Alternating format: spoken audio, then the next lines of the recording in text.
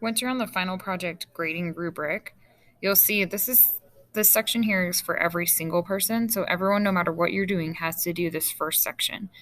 Then it's divided into two different ones depending on which one you're doing. So this video is going to be about how the writing to an elected official is different and your specific additional part of the rubric you're going to have to meet. So the first part is organization. You need to make sure the ideas are presented in a logical sequence, you have appropriate transitions, and less than two awkward transitions. That section is worth 6 points. You want to make sure everything's grammatically correct. This is incredibly important because you are writing to an elected official and you're asking them to do something, so you want them to take you seriously. You need to make less than two spelling or capitalization errors, and really, I think you should have none. So I'm happy to read over it after you get peer feedback. No run-on sentences. You want to make sure your grammar is neat and tight. 2 points for this section.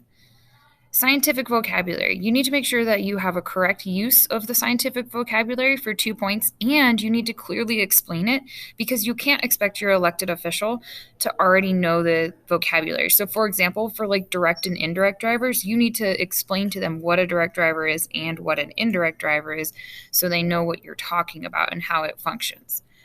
This needs to be original work, so you need to make sure the writing is put in your own words. They don't want to just see a copy and paste of an article that they could look up online for themselves. They want to know, what are you thinking, because they work for you. If you direct quote anything, so that's use it word for word, from your source, it needs to be put in quotation marks.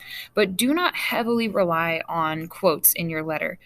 You need to really put this writing in your own words and cite your sources. This whole section is worth 2 points.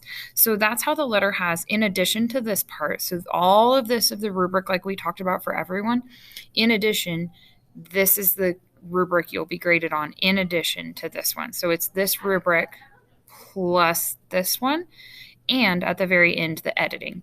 Everybody is graded on editing as well. So you need to make sure that you have evidence of feedback given. So you need to show, did you give feedback to your peers? You need to record suggestions documented on that part 4 of the project sheet. And then you need to show that you actually took that feedback you got and incorporate those changes and then record those changes. So there's a sheet for both part 4 and part 5. So basically this is completing the sheet for part 4, and then this is completing the sheet for part 5.